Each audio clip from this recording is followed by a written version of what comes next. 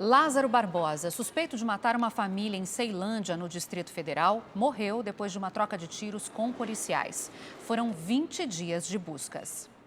Lázaro Barbosa foi atingido por 38 tiros durante o confronto com a polícia.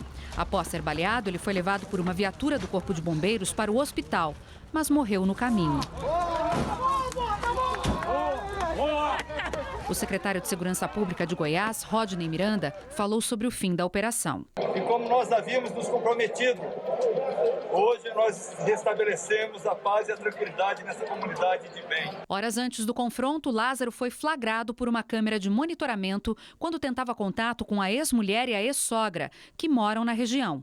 Nas imagens, é possível vê-lo caminhando por uma rua em direção às casas. O serial killer estava foragido há 20 dias, suspeito de matar 4 pessoas da mesma família em Ceilândia, no Distrito Federal. Mais de 270 agentes fizeram parte da força-tarefa para achar Lázaro. A Secretaria de Segurança Pública de Goiás informou, por meio de nota, que Lázaro era investigado por mais de 30 crimes cometidos no estado, na Bahia e no Distrito Federal.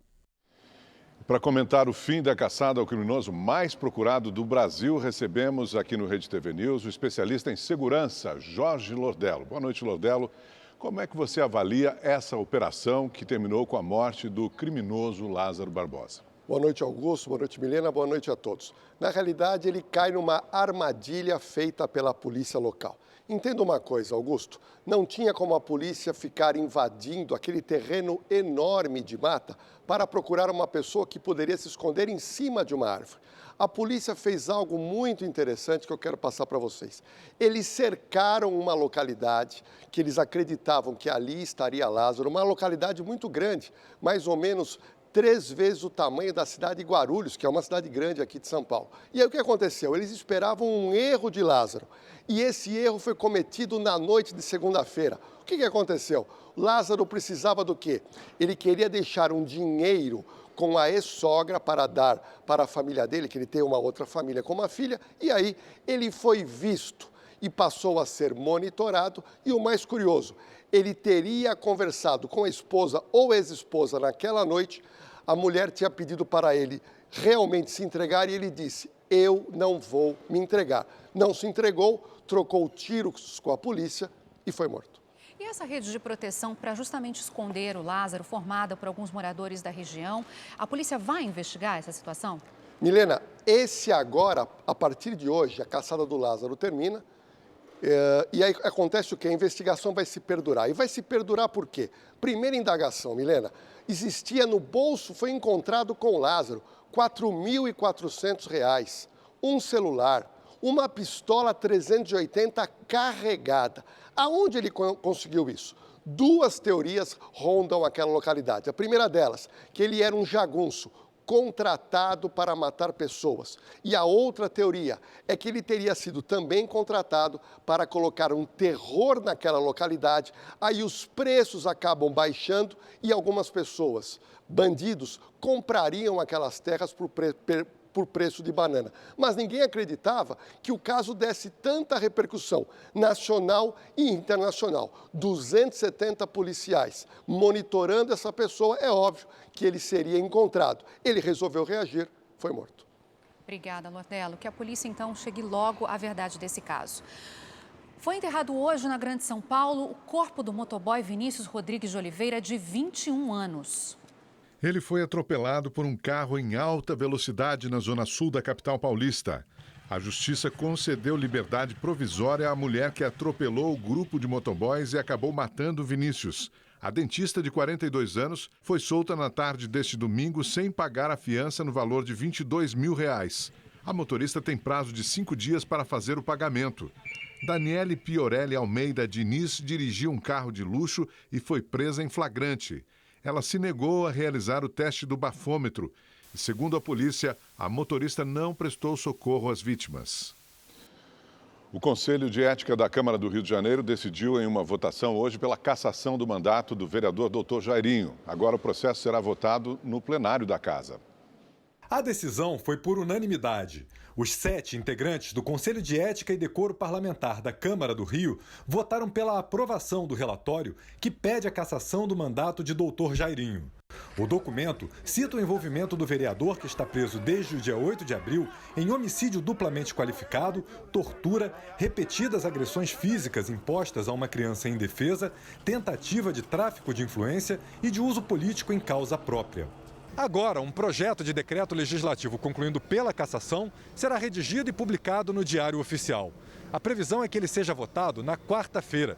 São necessários 34 votos, ou 2/3 dos vereadores, para o Dr. Jairinho perder o mandato. Não vou falar aqui em nome dos 50 vereadores que votarão, mas eu posso falar aqui pelo Conselho de Ética, porque o relatório está muito bem baseado. Então, eu acredito, assim, do meu ponto de vista, será bastante difícil a manutenção do mandato do vereador Jairinho. Dr. Jairinho é acusado de torturar e matar o menino Henri Borel, de 4 anos. A mãe da criança, a professora Monique Medeiros, na época namorada do vereador, também responde pelo crime. O caso aconteceu na madrugada de 8 de março, no apartamento do casal, na zona oeste do Rio. Ao prestar depoimento, Jairinho e Monique disseram que Henri havia caído da cama. Mas o laudo da perícia apontou as causas da morte como hemorragia interna e laceração no fígado, provocada por ação contundente. No início do mês, a Polícia Civil também indiciou Jairinho pelo crime de tortura contra um menino de 3 anos. O caso aconteceu em 2016.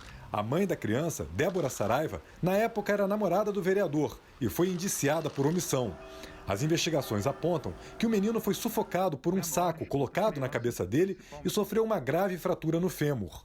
Ele chegou a passar 2 meses em uma cadeira de rodas, com gesso nas 2 pernas e na cintura. Em outro processo, Jairinho foi indiciado por violência doméstica contra Débora. Começaram a ser vacinadas hoje em São Paulo as pessoas com 46 anos de idade. Em algumas unidades de saúde, a procura ficou até abaixo do esperado. A vacina da Janssen, que é aplicada em dose única, era a novidade nos postos da capital paulista. Este motorista gostou de saber que agora pode seguir viagem sem precisar voltar ao posto para mais uma dose. Eu prefiro assim, tomar uma dose já e, como é que fala assim, já sentir, para ver se a reação já uma vez só e se livrar logo. Já o Francisco foi pego de surpresa. Não sabia que o imunizante era de dose única. Estava esperando tomar de 2 doses, mas essa aqui fiquei mais sossegado que eu não preciso mais tomar a segunda dose. Paulo achou bem mais prático. Uma vacina que você não precisa ficar dependendo de mais 2, 3 meses para ter tomar uma nova dosagem, né?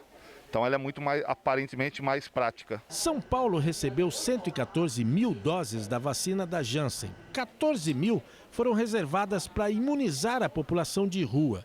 O restante foi distribuído entre as 468 UBSs da cidade. Hoje foi a vez de vacinar quem tem 46 anos. É o caso do José Edson. A enfermeira mostra o frasco, prepara o imunizante e dá informações sobre a aplicação. Para ele, independente da marca, o importante é vacina no braço. Eu já não perdi tempo, espero que outras pessoas façam igual eu também, né? Venham se vacinar o mais rápido possível. Vamos agora, então, acompanhar os dados atualizados da vacinação no Brasil com Gabriela de França. Isso mesmo, gente. Olha só, a gente começa essa semana com quase 72 milhões de pessoas vacinadas com a primeira dose aí do imunizante contra a Covid-19, o que representa 33,97% da população brasileira. 25.575.017 pessoas estão completamente imunizadas, receberam as 2 doses da vacina ou a vacina da Janssen, que é a dose única, o que representa aí 12,8% da população. Agora a gente vai ver os estados que mais vacinaram proporcionalmente, né, a população. Mato Grosso do Sul na liderança com mais de 40% da população vacinada. Na sequência, Rio Grande do Sul, São Paulo aparece em terceiro lugar com 39,40% da população vacinada. Espírito Santo e Paraná em quinto lugar com 36,34% da população vacinada, ao menos com a primeira dose do imunizante contra a Covid-19. Obrigado, Gabriela. E a retomada de lockdowns, o fechamento em algumas regiões da China por causa da variante Delta pode provocar falta de produtos chineses no mercado brasileiro. O correspondente Marcelo Espíndola entrevistou 2 empresários brasileiros que exportam da China para o Brasil e que já prevêem escassez até o final do ano. Neuber Maciel exporta produtos da China para o Brasil há mais de 15 anos e nunca viu uma situação tão difícil quanto agora. Por causa da pandemia, teve 50% de queda nas vendas no ano passado e com os recentes casos da variante Delta no sul da China, o prejuízo foi ainda maior. Nós tivemos, comparando hoje, nesse mês, nós tivemos uma queda de mais ou menos 80% em alguns segmentos. Em outros segmentos, nós tivemos uma queda de mais ou menos 60%. Maciel explicou que os surtos recentes resultaram em lockdown em algumas cidades chinesas da região sul, o que elevou ainda mais os custos. Eu também entrevistei Henry Oswald, presidente de um grupo empresarial que reúne mais de 100 indústrias e empresas brasileiras que fazem negócios aqui na China. Ele explicou que o frete marítimo, que é cotado em dólar, quadruplicou. Enquanto anteriormente você tinha aí um custo de frete de 3 mil, agora está 12, dependendo até 15 mil, isso aí é uns 15 a 20% a mais no custo do produto final para o consumidor brasileiro. Outro problema é o prazo mais longo. Os fabricantes chineses estão focando no mercado interno e demoram até 4 meses para entregar os produtos à exportação. Além disso, o custo dos produtos fabricados aqui na China aumentou. Em maio, subiu 9%. É a maior alta em mais de uma década. Na observação dos empresários brasileiros, a combinação de fretes e produtos mais caros com prazo mais longo vai resultar em escassez de mercadoria no Brasil até o fim do ano. O empresário Henry Oswald estima que haverá falta de televisores, computadores e celulares. Os produtos já deveriam estar saindo da China para poder ter acesso aí mais para o final do ano no Brasil, e a gente sabe que deve ocorrer realmente muita falta de produtos no Brasil. Maciel prevê escassez no setor de vestuário. Vai faltar roupa de inverno no Brasil devido à falta de fio que a gente está mandando. Entendeu? Então isso aí é fato, isso aí não vai ter como ser diferente. Marcelo Espíndola, de Macau, para o Rede TV News. O Ministério da Saúde informou que mais uma pessoa morreu no Brasil devido à variante Delta do coronavírus. A segunda morte é de um tripulante do navio no Maranhão de 54 anos. A primeira foi uma gestante de 42 anos que saiu do Japão e desembarcou em Apucarana, no Paraná.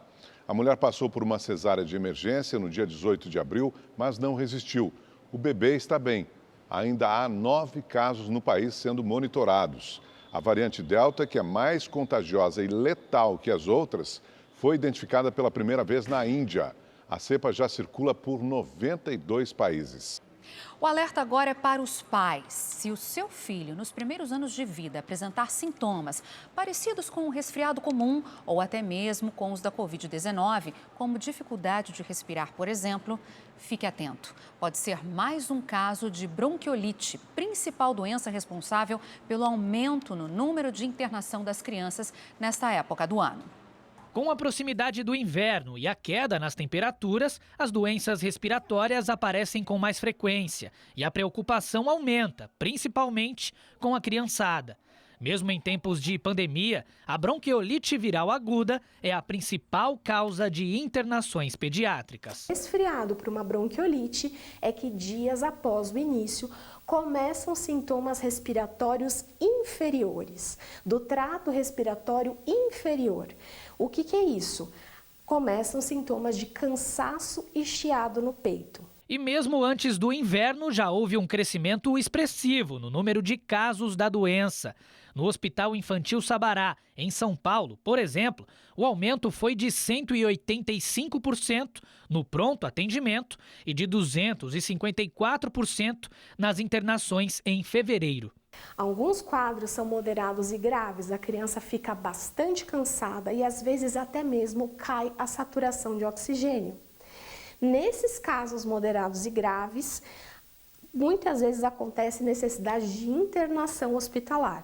O pequeno Filipe, de 4 anos, contraiu a doença aos 2 e precisou de internação para conseguir se recuperar.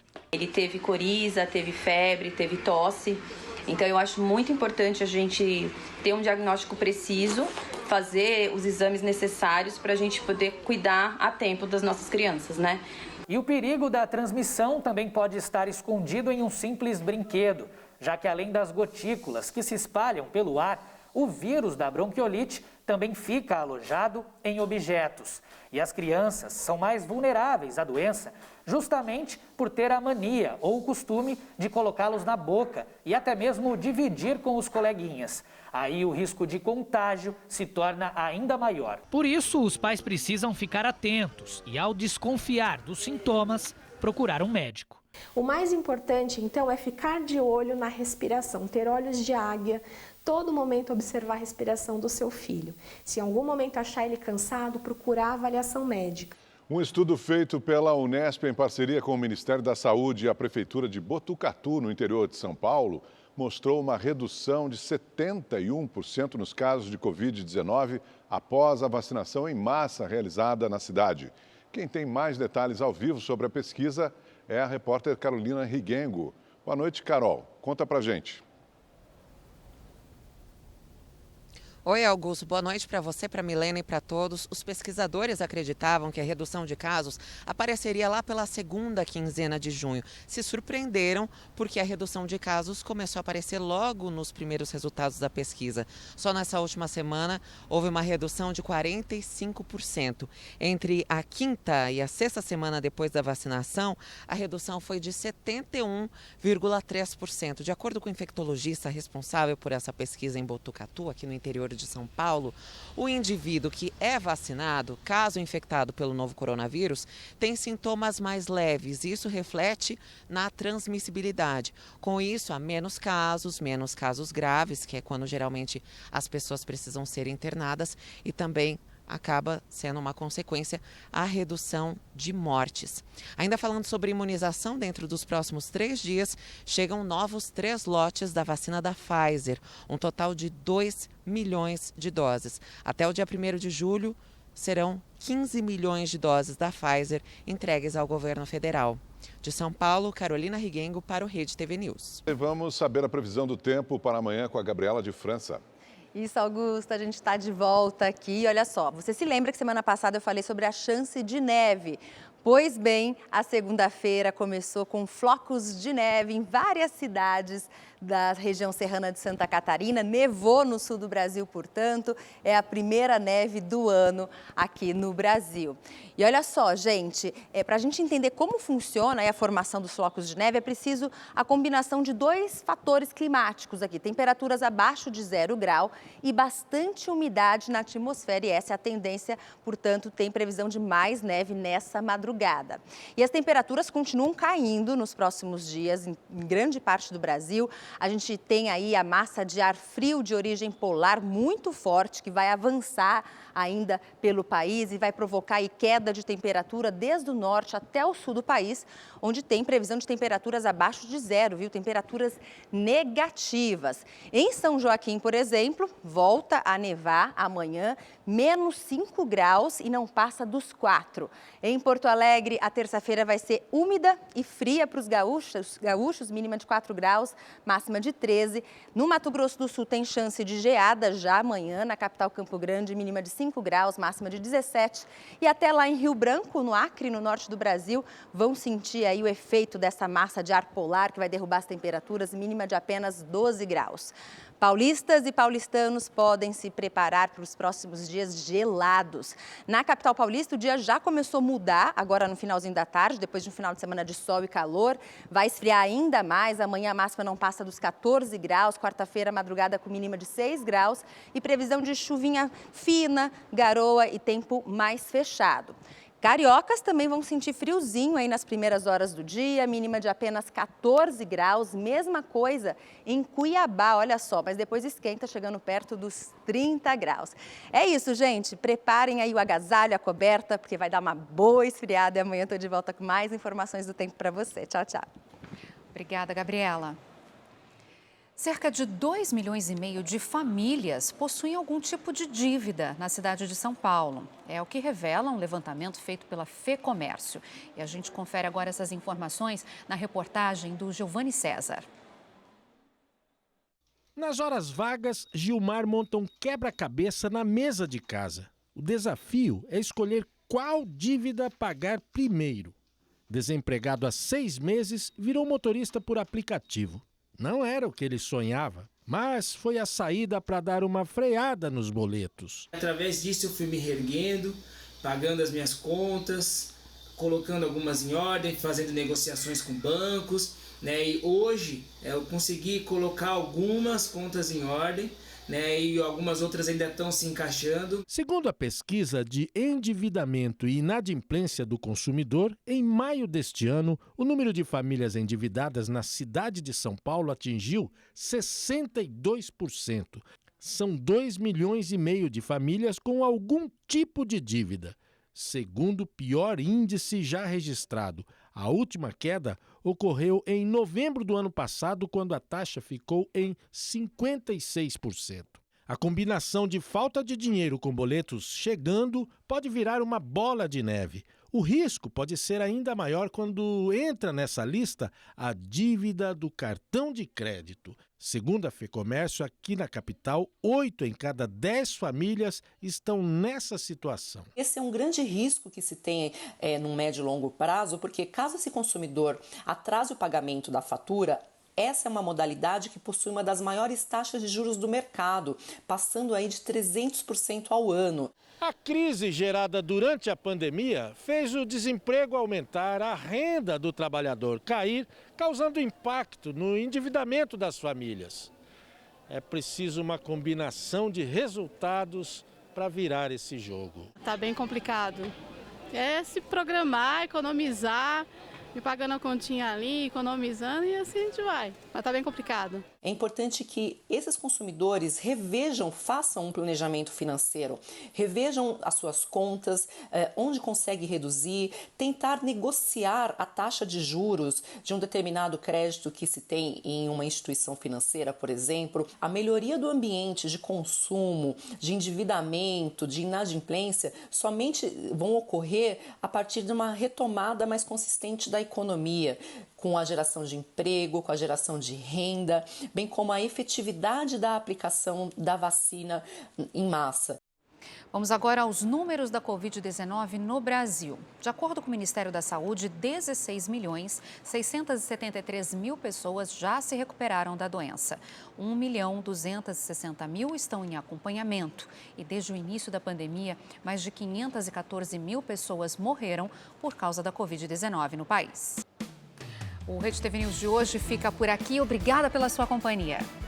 Uma boa noite para você e até amanhã.